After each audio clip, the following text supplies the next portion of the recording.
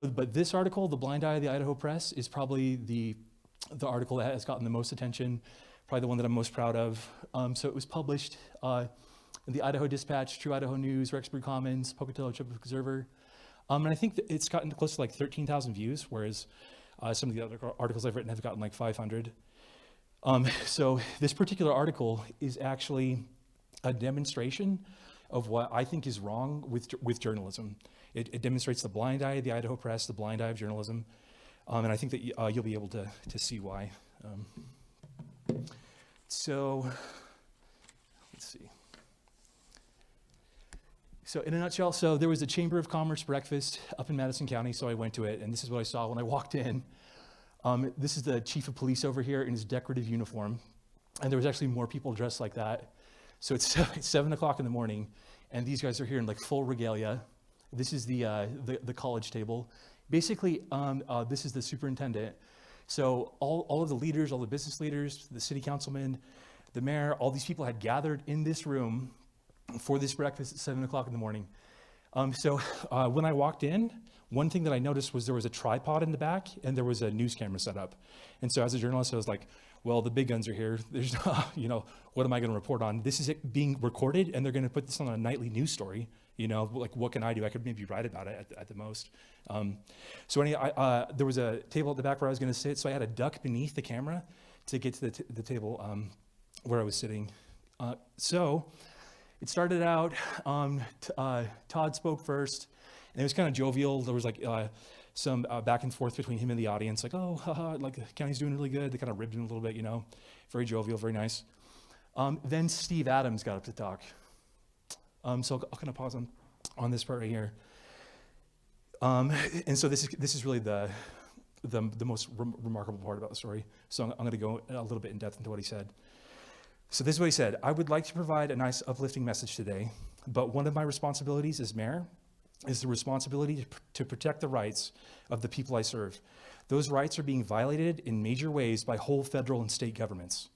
So when he began to say this, the room just kind of quieted down and people kind of shifted in their seats. They're like, oh geez, like where did the humor go? Like this is supposed to be a fun, light atmosphere. And then here's Steve Adams all of a sudden saying these things. So he said the biggest problem with Sugar City through this pandemic was not anything that happened inside the city, but it was a violation of individual rights by government that made any of our local issues pale in comparison.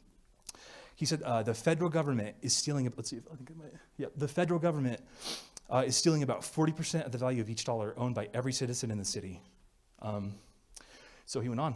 He said the federal government is stealing funds from the cities and then giving them back after they've skimmed off the top. They are providing ARPA funds in a way that promotes the principles of socialism, including a massive transfer of wealth. Let's see, flip this over here. And just consider the setting that this is happening in. The mayor sitting there like everyone in the city, anyway, and this is what he's telling them to their face. You may wonder how this amazing theft was possible. It was not done in secret. It was not a great mystery. But rather than choosing to explain what has happened, our elected representatives who are sitting in the room are too busy pushing and shoving to get their hands on the money than take the time to explain. We are witnessing an amazing turning away from the freedoms that built our great country. Most of them are fiddling while the nation burns down around us. I believe it's the duty of every elected official at any level to speak out and share what's being done with the people we represent. Then he ended with this. He said, are you willing to stand up? Are you willing to be counted among those who value liberty and will not sit by and watch while it's squandered away by well-meaning but corrupt politicians? Are you willing to pay the price of liberty? If you are, God bless you, and I welcome your companionship in the battle. And so that was the conclusion of his speech. So after that, Jerry, right, yeah. So after that, Jerry Merrill got up to give his speech. His opening line was something like, I've heard a joke that if you're not at the table, then you're on the menu. And I guess we're here at the table, so that means we're not on the menu. And everyone's like, oh, everyone kind of laughed about it, scoffed about it. And I was like, that joke in and of itself was a little bit distasteful just to people who are not necessarily in public position or public office. Anyway, so that happened, time went on. About a week had gone by, and I still had the recordings that I had made of the speech and whatnot. And so I figured I might as well put together an article about it, but I wanted to see what Channel 8 had done, what their story had been, so it wasn't too redundant, or maybe I could reference their story. So I got on the website and I looked it up. This is what I saw. So this was growth on the menu, kind of referencing Jerry Merrill's joke at Madison County and the city's breakfast. So I read through it, and there was a brief summary of each of their speeches. This is what they said Steve Adams said.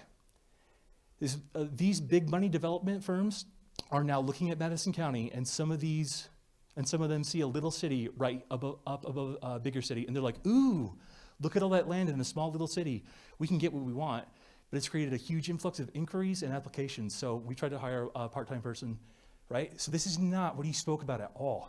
I was there. This is from a Q&A session that happened after he had given his speech. Right. So I thought that was kind of alarming in and of itself. Okay, so I had a couple questions when I saw that, because I thought it was ridiculous. So apparently everything that Steve Adams had said had just been swept under the rug. If you weren't there, it's like his speech had never happened. And he said some remarkable things.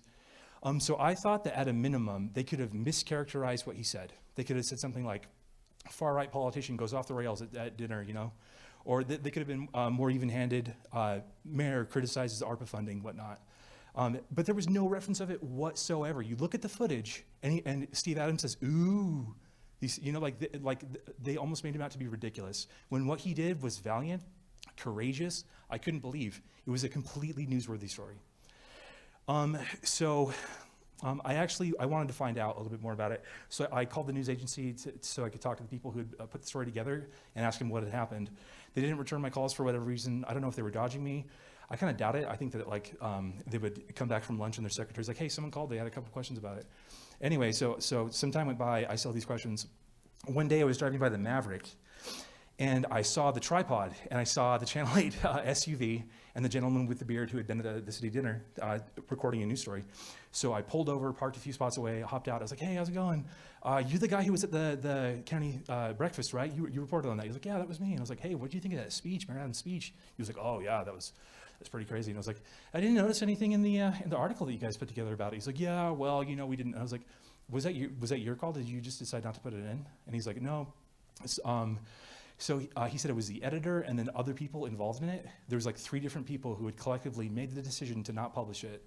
The reason that he gave was that when it comes to political issues, they don't want to just give one side of the story. So in order for them to publish it as part of the news story, they would have had to find the other part of the argument and then present it. So I didn't really push him on it. I kind of said, okay. But the thing is, if you look at what happened, so Mayor Adams gave his speech. It was pretty interesting. And then Jerry Merrill started talking about how Rexburg was flourishing, how it was blossoming. They had all these projects in the works. Growth was unprecedented. People were moving in. Families wanted to be there. It was great. They're having a new infrastructure put in, fiber wire across the entire city. Okay, so observing these 2 different speeches, Jerry Merrill said that this is what he said, the ARPA funding is causing Rexburg to flourish. Things have never been better because we got these ARPA funds. So I had actually been in a city council meeting, and I watched as the city council members made the decision to accept money from the federal government for millions and millions of dollars. They had to come up with a legitimate reason, and there was like a bullet list of reasons that they could choose. One was the healthcare emergency, the crisis, to compensate healthcare workers, sanitation, or fiber wire, or Wi-Fi, for the entire city, new internet infrastructure. And they said, yes, let's do that. We've been wanting to do this for years.